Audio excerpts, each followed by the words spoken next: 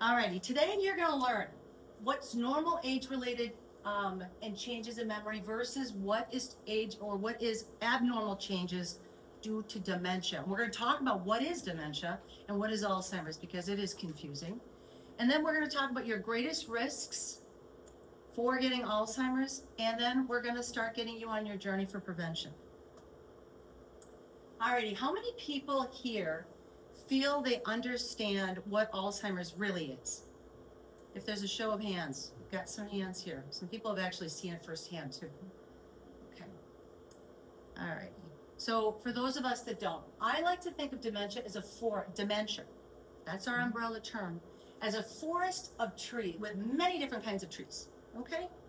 And then I'm going to say that with Alzheimer's being the most common of all the dementias, it's about 54 to 60%. Some people here may have a more accurate statistic, but I'm going to show you a pie chart and it'll give you a visual reference to see kind of where it falls, but it is the most common dementia right now. I think that Alzheimer's disease can also be called Alzheimer's dementia, and that might help us ground ourselves in understanding what it is. Because when we talk about dementia and Alzheimer's disease, suddenly people thought, kind of graze over. But it is a dementia. All right, so here's the pie chart that I like to use. And saying again, Alzheimer's is a type of dementia, and dementia is an actual disease where the cells in our brain are dying at an accelerated rate, okay? And we're gonna talk a little bit, because normal aging, just the fact that we're getting older, our brain cells, we are losing some. That's a natural part of our body's aging. The different and the most accurate word to use, or concise word, is it's an accelerated neuron loss. That's what gives it the term neurodegeneration. So that is what Alzheimer's is, as is all these others. We've heard of vascular dementia. We've heard of frontal temporal dementia. That's what Bruce Willis is currently struggling with. We have down there 5%, it's dementia with Lewy body. People are talking about that more and more frequently. And then we have, a lot of times we have crossover. So not every brain is purely one kind of dementia. A lot of times we find that there's a couple dementias that are taking place within that brain. And an example, 10% of people with Alzheimer's also have Lewy body dementia. All right. So dementia, as I said, it is a disease. Alzheimer's is a form of dementia. It's important to be grounded with those terms. So before we talk about Alzheimer's, let's talk about what's normal. So is forgetting normal? The question is always played. Everybody says, is it okay if I forget? I have these senior moments. And yes, one of the things I'm going to show you guys is a high risk for Alzheimer's is chronic stress. So how many of us think about Alzheimer's a lot? Dementia, that's stressful.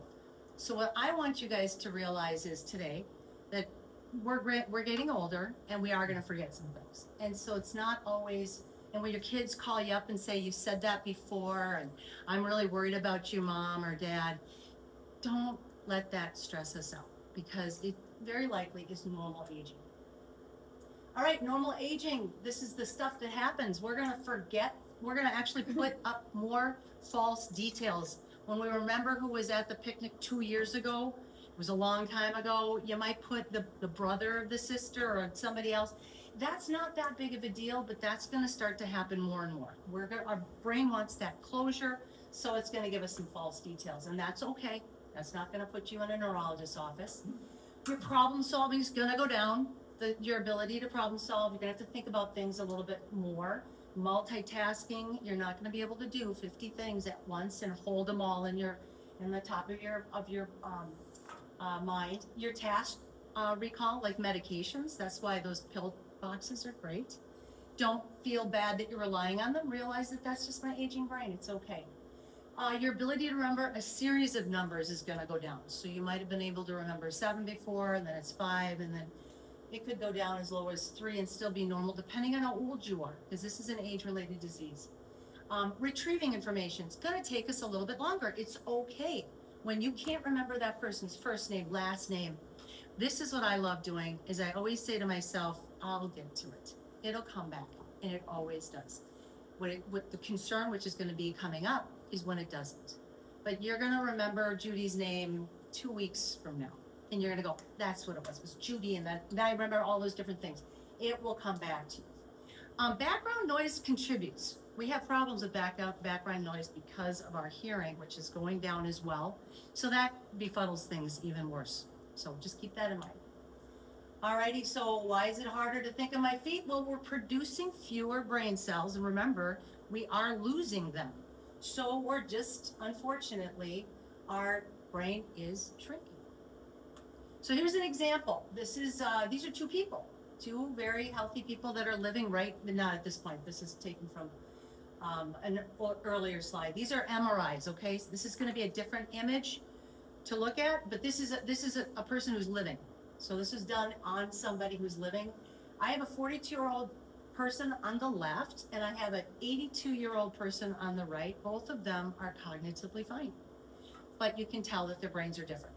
So what we're looking at is there's a lot of dark space on that older brain over there. That's the loss of neuron tissue. But this person is fine. This person is living a great life. So now what I'm going to show you is the other side of that story. Now what we have, this is dead tissue. This is a person who's had these two people were autopsied. So these are slices of brain. They look a little bit different. Don't let that fool you. It's the size we're looking at, okay?